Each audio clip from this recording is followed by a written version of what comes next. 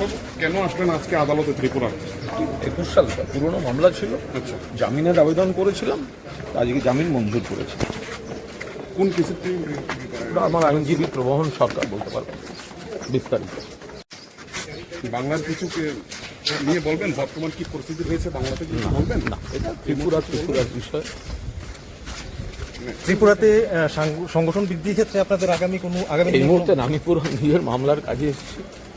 একটি পুরনো মামলা ছিল, জামিনের আবেদন করেছিলাম এবং বর্তমান কি পরিস্থিতি আছে বাংলাতে কিছু বলবেন আপনি? না, একটু আমি নিজের মামলাটা আগে আগে শেষ করি। প্রবহন এটা ঘটনাটা হচ্ছে 31শে অক্টোবর 2021 সালে আগরতলাতে একটা তৃণমূল কংগ্রেসের একটা জনসভা ছিল।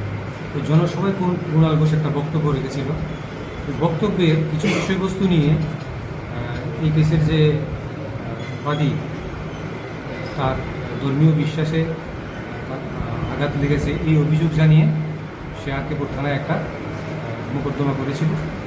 তার পরবর্তী সময়ে পুলিশ তদন্ত করে সেটা চার্জশিট দাখিল করে। সেই কেসেই কুণাল ঘোষ আজকে এসেছিল। আজকে তার আমরা এখানে জামিনের দরখাস্ত করেছিলাম, তার জামিন হয়েছে।